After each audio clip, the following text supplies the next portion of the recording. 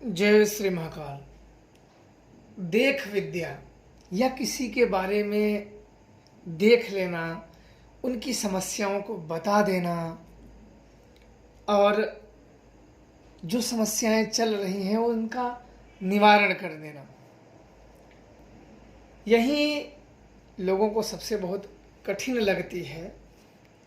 आज आप लोगों को इसी बारे में बताऊंगा और बिल्कुल यह करेंगे तो आप बिल्कुल यही अपने शक्तियों से जुड़ सकते हो।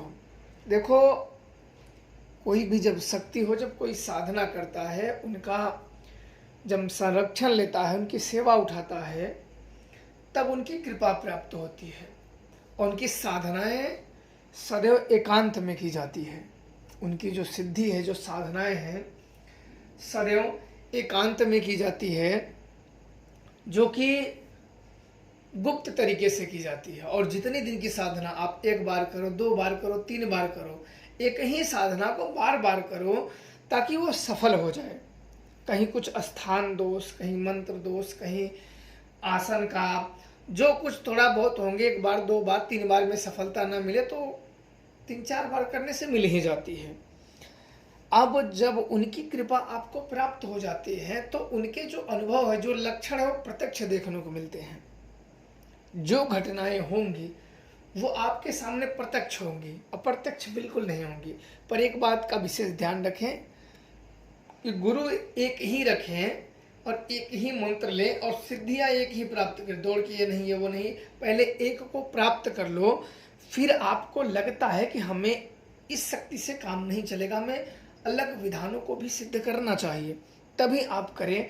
अन्यथा बहुत ज़्यादा सिर पे बोझ लेने का मतलब नहीं होता, क्योंकि पूजा भी देना पड़ता है सिद्धियों का। आप भक्त तरीके से अगर सेवा करके अगर करोगे तो अलग बात हो गई, अगर आप साधना द्वारा सिद्ध करोगे तो वो अलग चीज़ हो जाती है। तो इसलिए उतना ही करें जितने में आप अपना भला कर लें। और इसके बाद जब वो साधना सिद्ध हो जाए, जब वो शक्तियों की कृपा हो जाए, तब अब आती है उनको जो पूजा, जो विधान, जिस मार्ग से, जो हर मंत्र की, हर साधना का एक प्रमुख विधि होती है। कुछ की तामसिक विधि होती है, कुछ की सात्विक विधि होती है। तो उस विधान को आपको उस विधान से चलना पड़ता है, जो उस मंत्रों का विधान है जो आपने अपने गुरु से धारण कर रखा है। अब वो कृपा जब प्राप्त हो गई तो उनका पूजा पाठ जो है, आप भोग प्रसाद उनको अर्पण करके फिर लोगों में जो बांटना है बांट दें, गुरु को भी अर्पण कर दें। इसके बाद आपको जब भी जरूरत पड़े, आपको पहले प्रैक्टिकल करना है, पहले देखना है कि आप उनसे जुड़ कितना पाते हो। किसी के बारे में मान लो आपको देखना है तो उस देवता का ध्यान करें। अपने मंत्र द्वारा अगर साधा है तो उस कुछ मंत्रों का जाप करें, कुछ मंत्रों का जाप करें और उस शक्ति का ध्यान करें। उस शक्ति का ध्यान जब करोगे, जब आप अगर उस शक्ति को साध लिए हो और उस शक्ति की आपके ऊपर कृपा हो गई है तो आपको स्वतः ही आप उससे जुड़ जाओगे। जब जुड़ जाओगे आप तो जिस किसी में, जैसे फला व्यक्ति है या ये व्यक्ति है, वो व्यक्ति है, उसके बारे में आपको ध्यान करना है कि हमें यह व्यक्ति से ये क्या है, प्रेत बाधा या मारण, कुछ जो उसके ऊपर प्रयोग हुए हैं, जो दुष्ट प्रयोग उसके ऊपर हुए हैं, जो उनके घर वालों को तंग कर रहा है, तो आप उस शक्ति का ध्यान करोगे तो वो शक्ति आपको उस चीज़ों के बारे में बता देगी, सब कुछ दिखा देगी, समझा देगी। दिखा भी देती है, वो ऐसे दिखाती है कि आपको वो समझ में आ जाएगा कि ये क्या चीज़ है, किधर से आया है, कैसे नहीं, सब कुछ आपके माइंड में वो आ जाएगा और उसका उपाय भी आ जाएगा। और अगर यह नहीं होता है तो साधना आपको उस शक्ति की और करने की जरूरत है। अपने मन से ना बना के कहें। बहुत बार ऐसा होता है कि लोग अपने मन से ही बोलते हैं हाँ तुम्हें भ्रम है।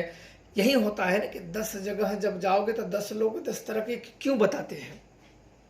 आप लोग भी जो प्रेत बाधा से या ऊपरी बाधा से दुखी हैं तो कई लोगों के पास आप लोग गए होंगे, पर कई लोग क्या बताते हैं, कोई रास्ते का है, किसी ने कर रखा है, किसी ने खिला दिया है, मसानी है, कुछ ये है, कुछ वो है।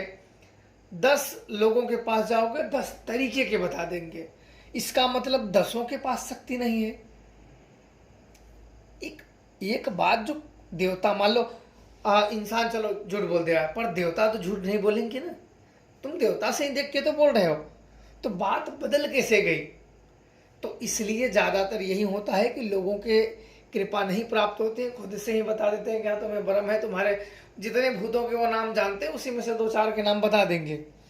पर अगर साधना आप कर लेते हो और उनकी कृपा प्राप्त हो जाते, उनके चरणों से जुड़ जाते हो, तो निश्चित तौर पे आप बिल्कुल जो बोलोगे वो कोई काट नहीं सकता है। एक बार जो मुंह से निकल गया कि हाँ ये है, तो वो कहीं भी किसी भी जानकार के पास, अगर जानकार सही है तो किसी भी जानकार के पास लेके जाओगे वो वही निकलेगा। और अगर खुद से बना के बोल दिए ब्रह्म पहलवान जितने नाम जानते हो उतने में से कुछ कह दिए, तो वो कहीं भी जाओगे कट ही जाएगा।